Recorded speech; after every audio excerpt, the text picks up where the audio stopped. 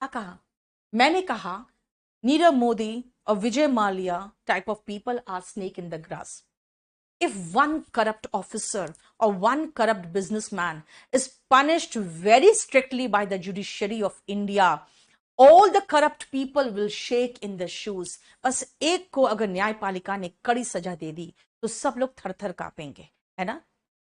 By letting this people go off, letting this people go of का मतलब क्या हुआ?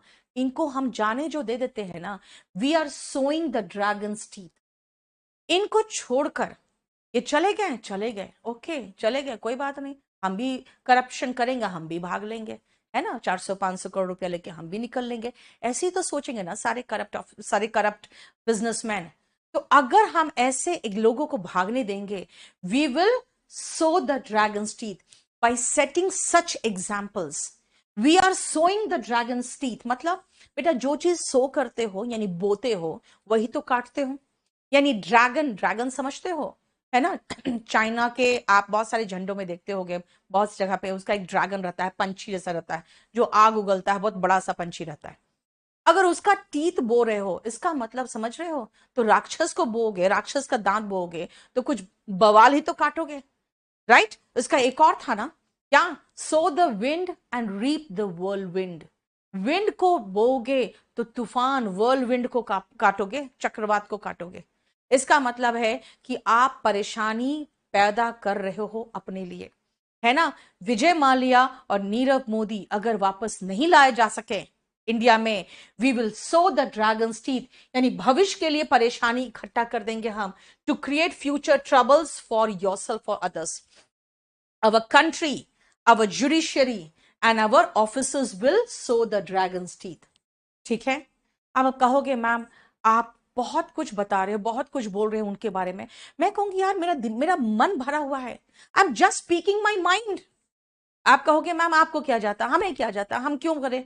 भाई we are sowing the dragon's teeth and we will repent in future. हम भविष्य में बहुत परेशानी उठाएंगे, है ना? आप कहोगे मैम हमें क्या जाता, आप क्यों बोल रहे हो इतना, है ना? आप क्यों बोल रहे हो इतना? मैं कहूंगी I am speaking my mind. मैं अपना बात बता रही हूं, मेरे दिमाग में जो है, मेरे मन में जो है. Speak what one really things. मन की बात कर रही हूं. क्यों मैं मन की बात नहीं कर सकती, है ना? क्लियर?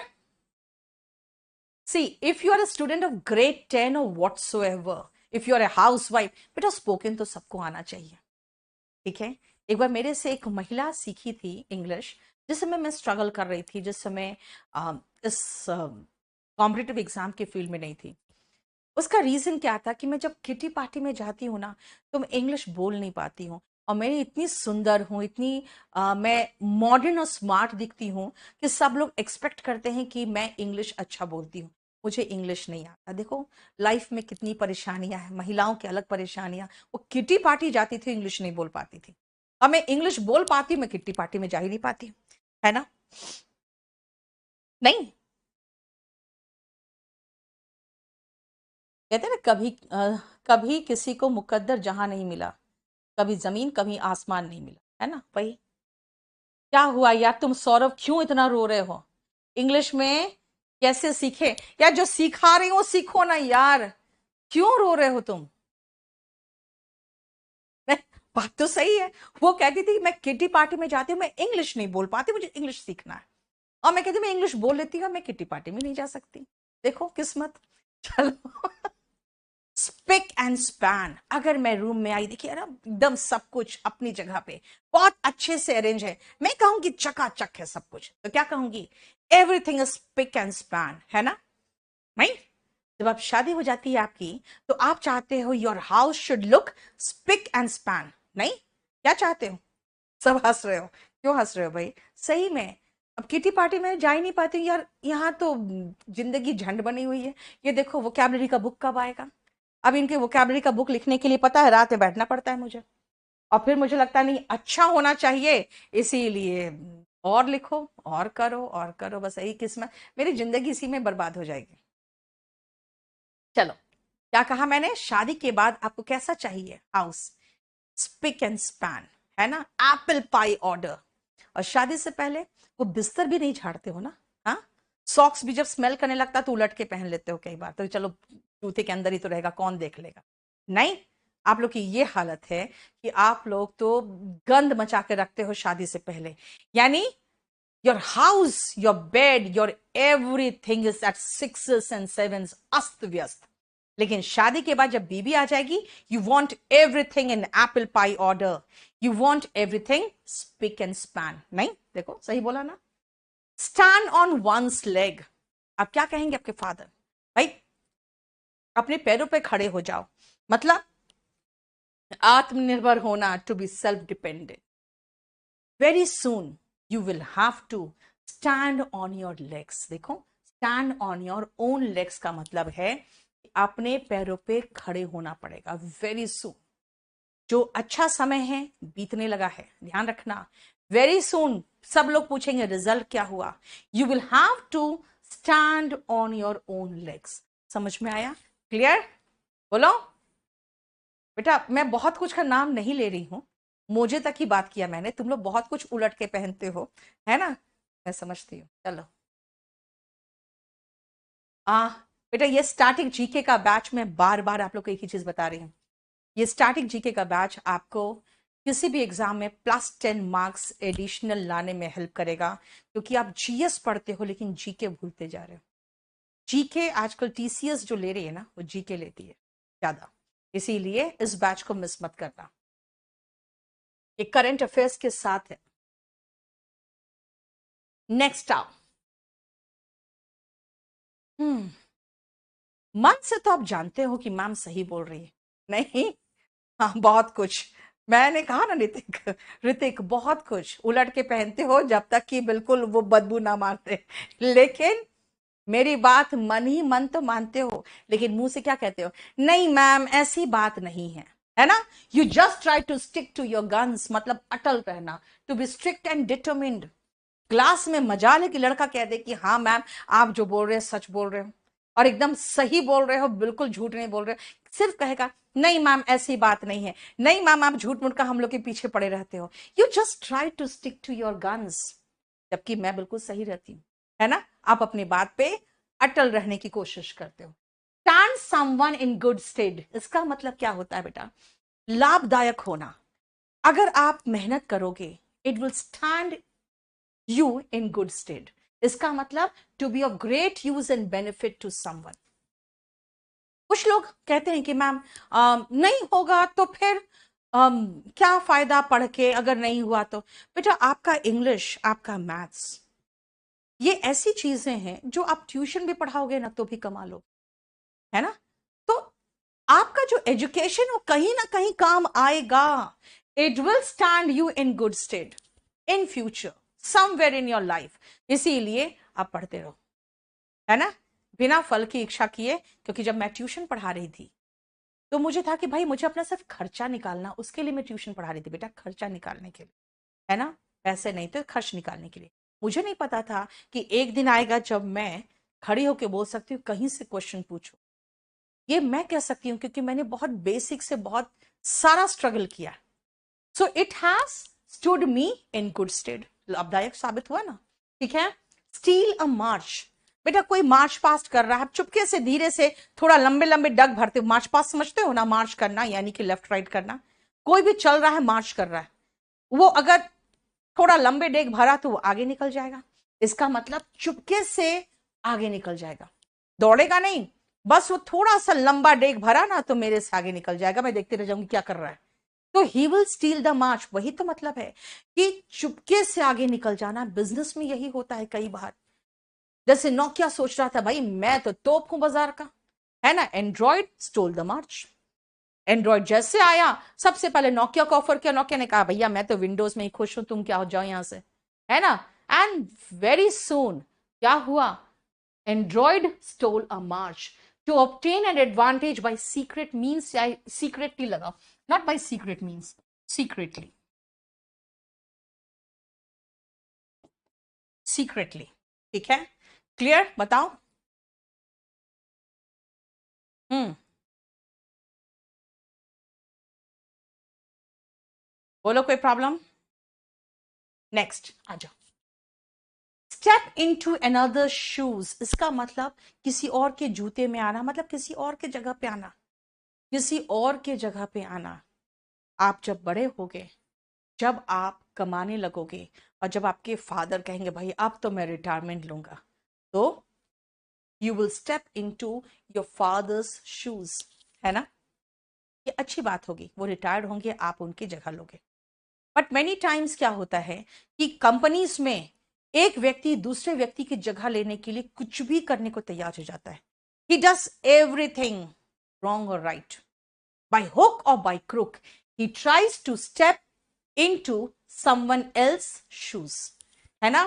किसी भी तरीके से दूसरी की जगह लेने की कोशिश करता है। तो क्या करता है, he tries to take someone else shoes, इसका मतलब है किसी और की जगह बाय हुक और बाय क्रुक चाहता है कि मैं उसकी जगह आ जाऊं। स्टिफ नेक्ड पर्सन, जब आपका स्टिफ नेक्ड हो जाता है तो क्या होता है, आप इधर उधर कुछ देख ही नहीं पाते, एकदम स्टिफ हो जाता है, ना मैं पीछे देख पाऊंगी ना आगे, वो स्टिफ नेक्ड हो जाता है ना। ऐसे स्टिफ नेक्ड पर्सन को बिठा दो और बस एक लड़की को गुजार दो, उसका नेक अपने आप फ्लेक्सिबल हो जाएगा। मर्दों की बात कर रही हूं, नहीं, हीट लोग होते हैं जो स्टिफ नेक्ड होते हैं, उसके लिए ये तो मैंने कहा आपको कोई प्रॉब्लम हो जाता है नेक में तो स्टिफ नेक्ड हो जाते हैं, है ना। लेकिन स्टिफ नेक्ड ये ईडियम में इसका मतलब क्या है, इसका मतलब है ढीठ। अगर कोई व्यक्ति है या नहीं सुनेगा वो तुम्हारी बात, वो नहीं हेल्प करेगा तुम्हें, और वो ना ही वैसे करेगा जैसे कि तुम कह रहे हो, he is stiff neck, he won't understand anything, he won't cooperate, he won't do as you want। क्यों भाई, he is stiff necked, वो ढीठ है, वो नहीं सुनेगा, ठीक है। हाँ बिल्कुल मैं सही कह रही हूँ। कोई भी मर्द कहे ना मेरा गले में प्रॉब्लम है, बस वहां से सामने से एक सुंदर सी लड़की गुजार दो, वो देखना अपनी टेढ़ी गर्दन से भी वो उसको देखने की कोशिश करेगा, उसका गर्दन तुरंत ठीक हो जाता है। डेली क्लास नहीं होता बेटा, ट्यूसडे थर्सडे और सैटरडे क्लास होता है, ट्यूसडे थर्सडे और सैटरडे को क्लास होता है, ठीक है। और आप ये क्लासेस जल्दी से फटाफट कर लो। स्टर अ फिंगर, उंगली हिलाना। घर में शादी से पहले the girls are not ready to even stir a finger, अंगुली हिलाने की भी तैयार नहीं रहती, यानी कुछ नहीं करेगी। They don't work at all, they are the princess of their father, है ना, पापा की परी नहीं, लड़कियां पापा की परी बनती नहीं। They don't even stir a finger, यानी उंगली भी नहीं हिलाती, थोड़ा सा भी कुछ नहीं करती है। मेकिंग एफर्ट, मैंने क्या कहा, they are the princes in their father's house. They do not even stir a finger, है ना। And sometimes this attitude of fathers make them stiff-necked person. They make them stiff-necked daughters. Right? Clear? बोलो कोई problem? बेटा इतने बड़े बड़े messages लिख रहे हो, मुझे कुछ नहीं दिख रहा है यहां से, क्योंकि आपके मैसेजेस बहुत तेजी से पार हो रहे हैं। आप लोगों को जो भी तरह का प्रॉब्लम है, किसी भी तरह का कोई बैच की जरूरत है या कोई भी बात करनी हो किसी भी तरह का, बेटा इसमें व्हाट्सएप कर दो, ठीक है। मैं बेटा अपने घर में, मैंने एक दिन कहा कि मैं इस मोहल्ले की चौकीदारी करके 20,000 रुपया कमा सकती हूँ, क्योंकि रात भर तो मुझे नींद नहीं आती है, 4 बजे तक तो मुझे नींद नहीं आती है ना, और 4 बजे तक तो सुबह हो ही जाती है। तो मैंने कहा यार पूरे मोहल्ले की चौकीदारी में आराम से करके 20-25 हजार रुपया तो मोहल्ले वाला मुझे चौकीदारी का दे सकता है, तो रात भर में जागती हूँ, तो तुम लोग के मैसेजेस देखते रहूंगी, देख लो, इसीलिए नंबर ले लो और मैसेजेस भेज देना, राइट, क्लियर। इसीलिए अभी इतना यहां मत लिखो। अभी बेटा मेरे पास सिर्फ और सिर्फ जो बुक आई है अभी, वो आई है स्पोकन इंग्लिश की बुक, चाहो तो ये खरीद लो। आप कहोगे मैम वो कैब जो एसएससी का वो कैब है, बेटा मैं इतना जल्दी नहीं निकालूंगी, मैं बढ़िया किताब निकालूंगी, और ऐसा किताब निकालूंगी इसके आगे कोई किताब नहीं रहेगा। क्योंकि यार आप लोग इतना डिमांड पहले से कर देते हो, मैम वो कैब की बुक, वो कैब की बुक। बेटा आप लोग के हाथ में ऐसी किताब तो आनी चाहिए जो आप देखो कहोगे हाँ मजा आ गया, जैसे क्लास नोट्स को देखकर मजा आ गया आप लोग को, है ना, तभी तो डिमांड कर रहे हो इतना, थोड़ा टाइम लगेगा। चलो नेक्स्ट आओ, 307 तक हो गया हमारा, ये 350 है। सुनो, स्टोन्स थ्रो का मतलब बहुत नजदीक। बेटा इसके साथ कई बार प्रेपोजिशन आता है, इसलिए मैं इसके साथ वाला प्रेपोजिशन लिख दूं। चलो मुझे बताओ तो इसके साथ प्रेपोजिशन कौन सा आता है, आपसे ही पूछूंगी आज मैं। शॉप पर मिल जाएगा। अभी तो देखो बेटा बात क्या है ना, बहुत लोग प्री बुकिंग करा चुके हैं kdpublication.com से, तो पहले तो उनको जाएगा, ठीक है। शिखा, एडमायर करने से कुछ नहीं होता, हिम्मत करो पहले मेरी तरह, फिर मजा आएगा लाइफ में। चलो जल्दी। नहीं, मैं चाह रही थी देखने की प्रेपोजिशन। मुझे पता था एट आएगा, सब लिखेगा एट, मुझे पता था एट लगाओगे। बेटा सिर्फ एक ही दिखा मुझे विद इन, सिर्फ एक दिखा विद इन। और बेटा याद रखना within a stone's throw होगा, एट अ स्टोन्स थ्रो आराम से चलता था। क्यों? क्योंकि एसएससी ने एट अ स्टोन्स थ्रो ही दिया था हमेशा। और सारी किताबों में जितनी किताबें हैं इंडिया में जो कॉम्पिटिटिव एग्जाम से रिलेटेड है, सब में एट है, क्योंकि एसएससी ने हमेशा एट दिया था। लेकिन एग्जैक्ट प्रेपोजिशन विद इन है, और एसएससी रिसेंटली 2016 के बाद वो प्रेपोजिशन जो आते हैं ना इडियम्स एंड फ्रेज के साथ, उससे भी क्वेश्चन बनाने लगी है। और याद रखना स्टोन्स थ्रो के साथ विद इन है, गूगल करके देख लेना, ठीक है ना।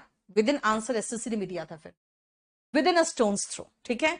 अगर आप within a stone's throw का मतलब, जैसे मान लो मैंने स्टोन फेंका, मेरा घर उसके पहले ही है, मतलब बहुत नजदीक। यार स्टोन हाथ से कितना दूर फेंक लोगे तुम, है ना।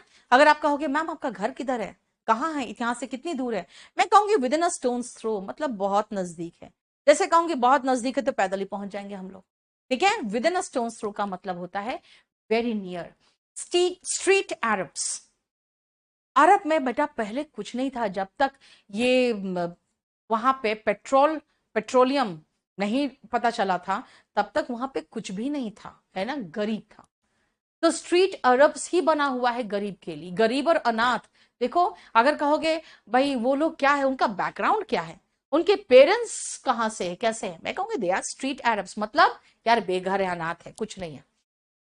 कुछ लोग अगर बहुत भोकाल दिखा रहे हैं और हमें लगेगा यार कहीं ऐसा ना हो इनके साथ कुछ पंगा हो जाए, बहुत पैसे वाले लग रहे हैं, है ना, कहीं ऐसा ना हो कोई प्रॉब्लम क्रिएट कर दे, तो मैं पूछूंगी भाई क्या है इनका बैकग्राउंड, कहोगे they are just street Arabs, मतलब बेघर है, अनाथ है, कुछ नहीं है, homeless person, specially who survives by begging, ठीक है, जो भीख मांग के सर्वाइव कर रहे, ठीक है। नेक्स्ट आ जाओ, सम एंड सब्सटेंस। अगर मैं एक चैप्टर पढ़ाऊंगी आपको, पूरा बहुत अच्छा कहानी सुनाया, है ना, और बहुत बहुत डिटेल में सुनाया, फिर मैं कहूंगी the sum and substance of the story is, मतलब इसका सारांश, इसका सार क्या निकलता है ना। अगर कोई आपको बहुत फिलॉसफी सुना दिया, कहोगे भाई इतना तो तुमने लेक्चर दे दिया, now let me know what is the sum and substance of your lecture. यानी जो तुम इतना लंबा चौड़ा मुझे लेक्चर दिए भाई, उसका सार बता दो ना, इतना क्यों सुनाए हो मुझे। तो क्या है सम एंड सब्सटेंस का मतलब, सारांश या सार, मेन आइडिया, और जिस्ट, जिस्ट मतलब होता है बेटा निचोड़ जिसको कहोगे, ठीक है, क्लियर। नेक्स्ट आओ स्वैन सॉन्ग। बेटा ये आया है स्वैन सॉन्ग, जब स्वैन मरने लगते हैं ना, तो वो आ करके उनका बहुत बहुत तेज आवाज में, क्योंकि पेन, पता है डेथ तो पेनफुल होता है, तो वो ऐसा लगता है जैसे गाना गा रहे हैं, बल्कि वो रो रहे होते हैं, क्योंकि वो मरने वाले होते हैं, है ना। तो उनको स्वैन सॉन्ग कर दिया गया है, क्योंकि जो मरने से पहले स्वैन, मतलब स्वैन का मतलब क्या होता है, हंस ना, हंस। तो उनका जो गाना, गाना नहीं होता बेटा, उसकी वेदना, उसका जो पीड़ा है उसके कारण उसकी आवाज करके निकलती है, ठीक है ना, उसको स्वैन सॉन्ग बोलते हैं। लेकिन इडियम्स एंड फ्रेजेस में स्वैन सॉन्ग क्या है, लास्ट परफॉर्मेंस।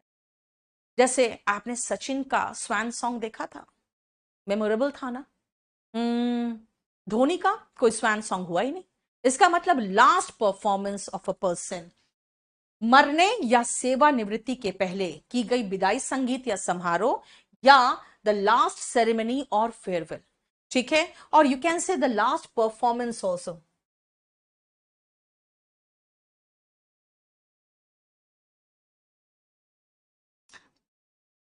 या परफॉर्मेंस लिख दो।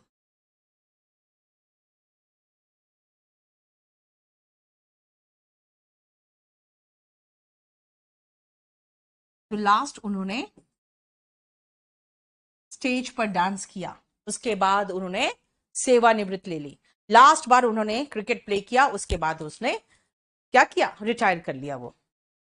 ठीक है, देखो नेक्स्ट आओ, स्वेल्ड, सॉरी स्वैन सॉन्ग क्या, स्वेट ऑफ वंस ब्रो। जब आप बहुत मेहनत करते हो क्या होता है, आपके माथे से पसीना टपकता है और आपके आईब्रोज में आके फिसल जाता है। ये आईब्रोज पता है क्यों बनाया गया है? हाँ, महिलाओं से पूछो ना जो जाके ब्यूटी पार्लर में आईब्रोज को ये ऐसे मोटा कर दो, ऐसे पतला कर दो, ऐसे कर दो, वैसे कर दो करती रहते हैं, तो उनसे पूछना आईब्रोज का कारण क्या है, क्यों है आईब्रोज हमारे आंखों के ऊपर। वो नहीं जानती है, जनरली नहीं जानती। जनरली आप देखोगे जनरली महिलाएं बस उनके डिजाइन में ही खोई रहती है। आईब्रोज जो आपके होते हैं वो ऊपर से कुछ भी टपके आपके आंखों को प्रोटेक्ट करने के लिए उसके ऊपर से एक तरह से आवरण बना दिया गया, क्योंकि आईज बहुत डेलिकेट अंग है ना।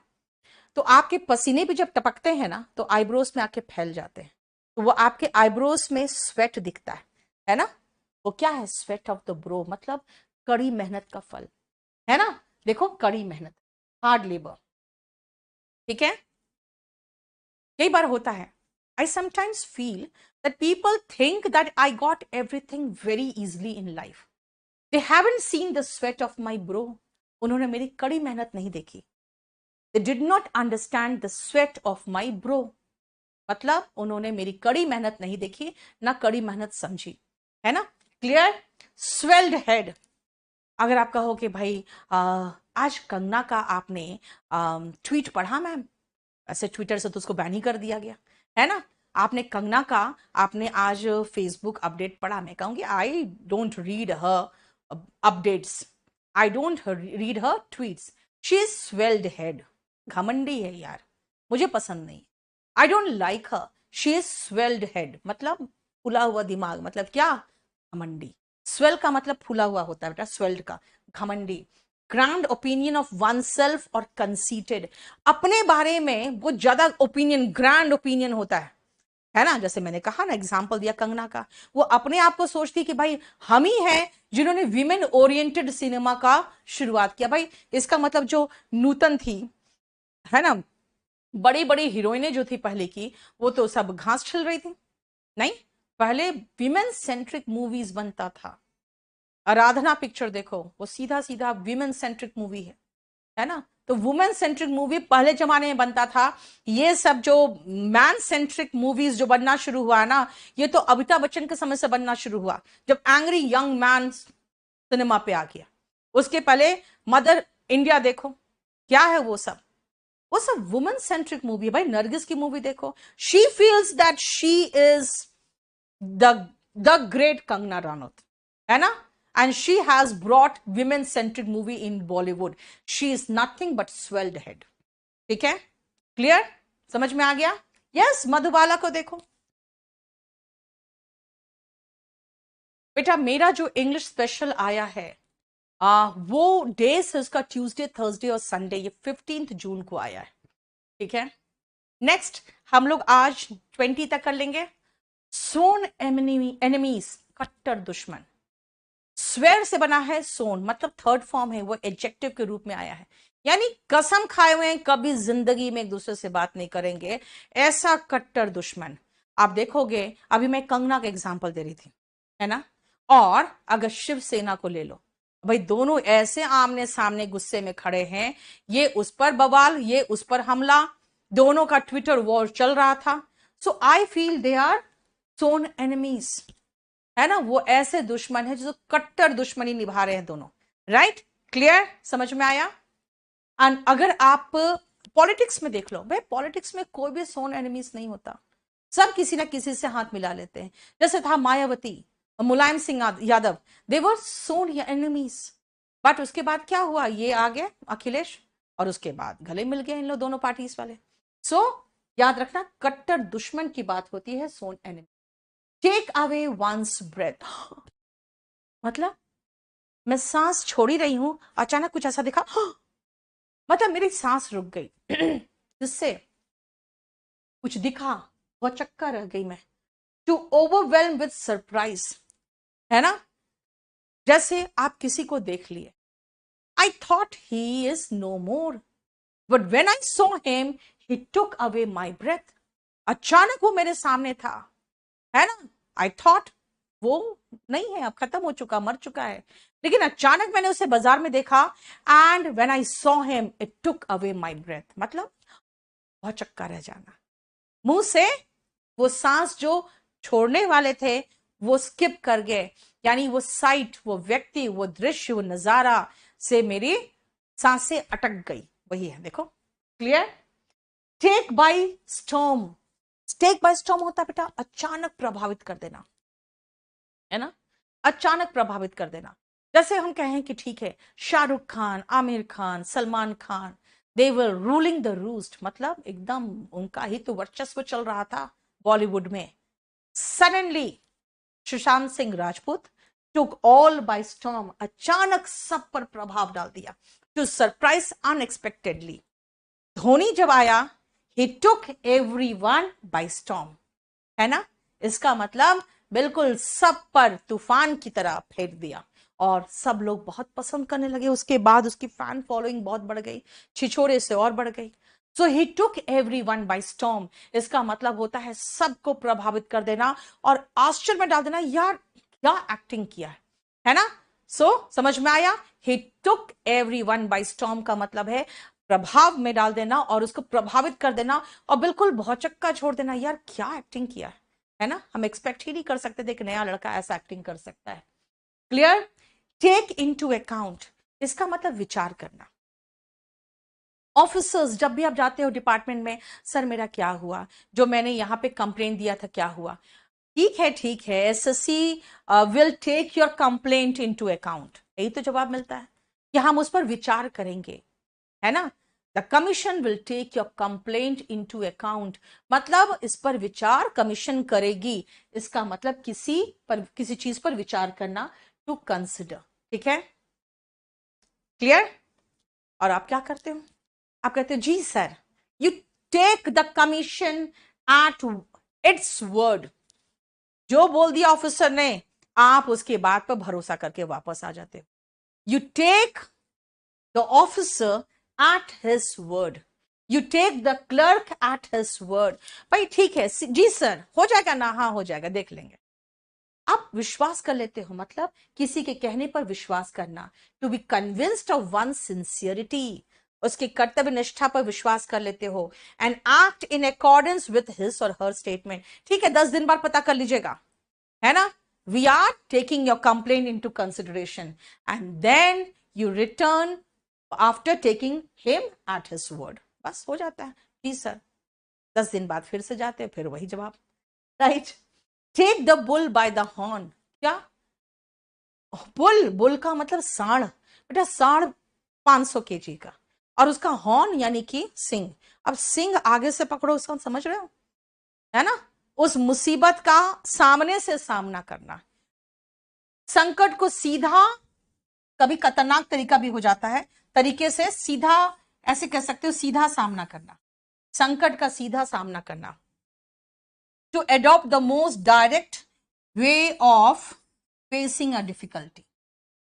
आप क्या करते हो, you just say yes sir, ठीक है मैं 10 दिन बाद आऊंगा, you take the clerk at his word, you don't have the guts to say I want to meet the chairman, chairman नहीं मिलेगा आपसे, है ना, you don't insist also, you don't insist, आप जोर भी नहीं देते हो, you don't want to take the bull by the horns, आप किसी मुसीबत का सामना नहीं करना चाहते हो, so you just avoid any type of conflict, you don't want to take the bull by the horn, यानी किसी तरह का मुसीबत को न्योता देना नहीं चाहते हो, मुसीबत को सामने से सामना करना नहीं चाहते हो, so you just take the clerk at his word and he promises you that your complaint will be taken into account and you return home, है ना, समझ में आया, क्लियर।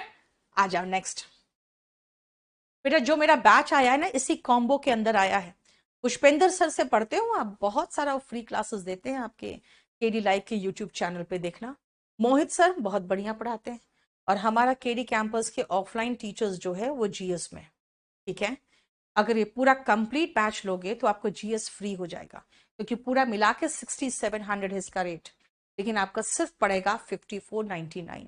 और best teacher of KD campus है, और हम लोग आपको सारा मटेरियल पीडीएफ में देते हैं। मैं आपको एक चीज और दिखा दूं कि आप अगर हमारे से बैच में पढ़ोगे तो आपको पढ़ना नहीं पड़ेगा, मतलब नोट्स बनाना नहीं पड़ेगा। आपको ये जो बुक है क्लास नोट्स, ये पूरा कंप्लीट ग्रामर का है, ठीक है। ये पूरा कंप्लीट, आप तो या तो ऑफलाइन खरीद लेना ये वाला बुक केडी पब्लिकेशन से, नहीं तो जब आप बैच में एडमिशन लोगे तो ये बुक का पीडीएफ चैप्टर वाइज आपको मिलता रहेगा। आपको किसी तरह का नोट्स बनाने की ना जरूरत मैथ्स में है, ना इंग्लिश में है, रीजनिंग में है, ना जीएस में। आपको सिर्फ पढ़ना है, क्योंकि आपको यहां घुसा के रखना है ना। आपको पता है ना, वहां एग्जाम में आपका कॉपी लेकर नहीं जाओगे आप। नेक्स्ट आओ,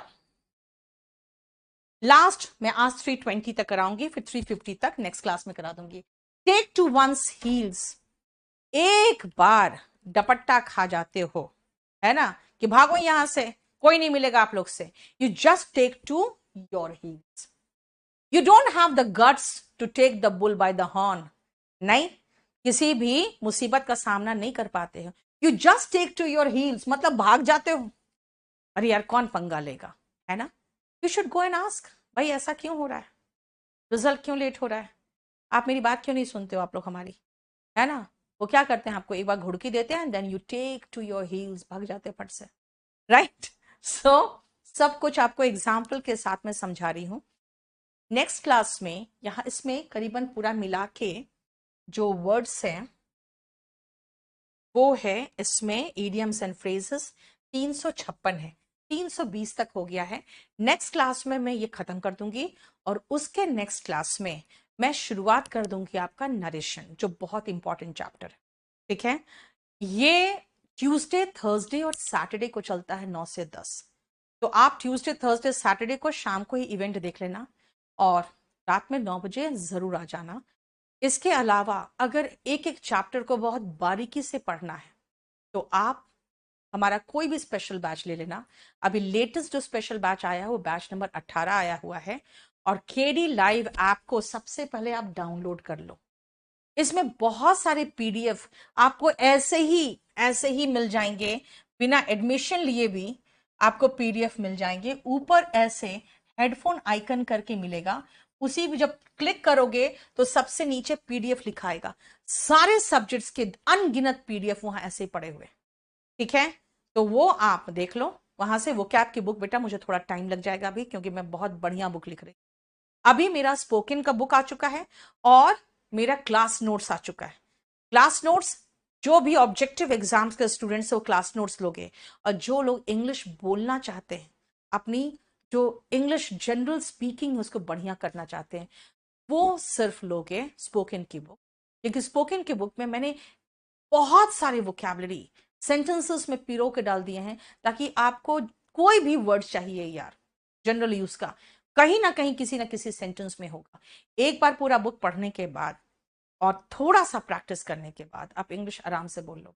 इंग्लिश डिफिकल्ट लैंग्वेज नहीं है, थोड़ा सा मैंने कहा ना आपको कोशिश करनी पड़ेगी। एक कहते हैं कि सबसे पहले you will have to set your heart on English, है ना, जैसे कहते हैं ना दिल लगाना पड़ेगा। 3 महीने का खेल है बस। चलो, थैंक यू सो मच।